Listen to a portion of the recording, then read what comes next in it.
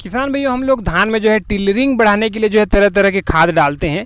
तो उसमें से एक महत्वपूर्ण खाद के बारे में आज आपको बताने वाला हूं, जो कि लगभग बहुत सारे किसान उसको छोड़ देते हैं, उसके वैल्यू को नहीं समझते हैं। तो उसके बारे में आज हम डिस्कस करने वाले हैं। तो सबसे पहले शुरू करते हैं उस खाद के बारे में। तो वह जो खाद है उसको बोलते हैं हम लोग जिंक। जिंक जो है सबसे कम ज़रूरत पड़ता है पौधे को, इसीलिए इसको जो है माइक्रो न्यूट्रिशंस के जो है श्रेणी में रखा गया है। निम्न प्रयोग होने वाली जो ये खाद होती है। तो जिंक जो है जिंक सल्फेट के नाम से बाज़ार में मिलता है, और जिंक एडीटीए भी मिलता है, जिसको हम लोग चिलेटेड जिंक भी बोलते हैं। देखिए, जिंक का काम क्या रहता है उसको मैं आपको बता देता हूँ। जिंक का काम जो रहता है धान की फसल में, उसमें जो है क्लोरोफिल को बढ़ाना रहता है, और जिंक जो है कल्ले फूटने में जो है पौधे की मदद करता है। मतलब कि यह माइक्रोन्यूट्रिएंट्स होने के बावजूद भी जो है धान के कल्ले फूटने में अहम रोल निभाता है। जिंक जो है एक नमक की तरह है। जैसे कि हम लोग सब्जी में नमक न डालें तो चाहे उसको हम लोग कितनों भी अच्छे तरीके से बनाएं, उसका स्वाद बरकरार नहीं रहता। उसी तरीके से जिंक होता है। चाहे आप कुछ भी फर्टिलाइजर डाल लें, जितना भी जैम वगैरह डाल लें, लेकिन आप जिंक जो है प्रॉपर तरीके से अगर पौधे को उपलब्ध नहीं कराते हैं तो आपके धान की फसल के लिए पूरी तरीके से वो बेकार हो जाता है। तो जिंक जो है बहुत ही महत्वपूर्ण खाद होता है, खासकर जो है धान की फसल के लिए। और वो भी अगर आपको टिलरिंग अवस्था होती है, जैसे कि रोपाई के 20-21 दिन बाद वाली जो अवस्था होती है, उस अवस्था के लिए। तो इसको आपको खेत में किस तरीके से देना है? देखिए, जिंक सल्फेट जो रहती है उसको आप यूरिया के साथ नहीं मिला सकते हैं। जिंक सल्फेट को आप यूरिया के साथ मिलाएंगे तो यूरिया जो है वो पानी फूटना चालू हो जाता है। तो अगर आप मिलाते भी हैं तो तुरंत अगर इस छिड़काव करते हैं तो मिलाइए। मैं तो बोलूँगा आप ना ही मिलाओ तो बेटर रहता है। उसको आप रेत या फिर डीएपी किसी एक माध्यम से मिला के जो है आप खेत में डाल सकते हैं।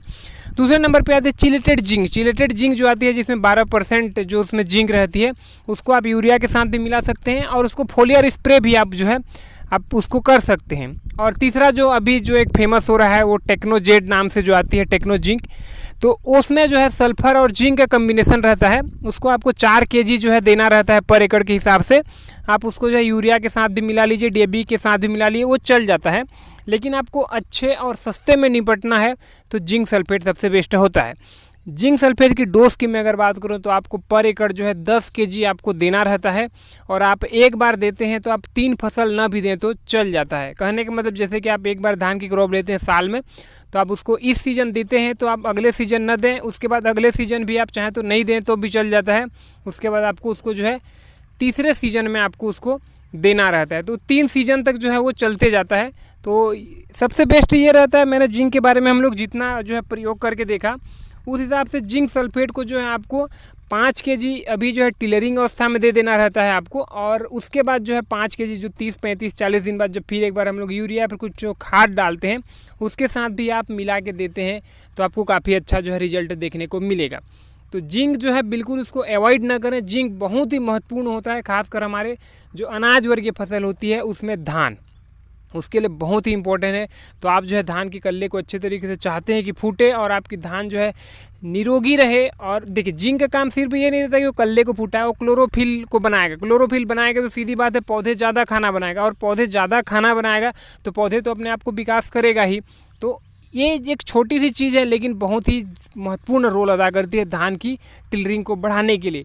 तो आप भी अगर जिंक का इस्तेमाल नहीं किए हैं तो तुरंत से जो है आप आपकी धान की फसल में जो है जिंक का इस्तेमाल कर लीजिए। आप देखेंगे जितना आप खर्चा करेंगे उससे ज़्यादा जो है आपको रिजल्ट देखने को मिलेगा। तो फिलहाल आज की वीडियो में बस इतना ही। ये वाले चैनल में धान से रिलेटेड वीडियो काफ़ी आने वाले हैं, तो आपने तो हमारे चैनल को भी सब्सक्राइब जरूर कर लीजिएगा। धन्यवाद।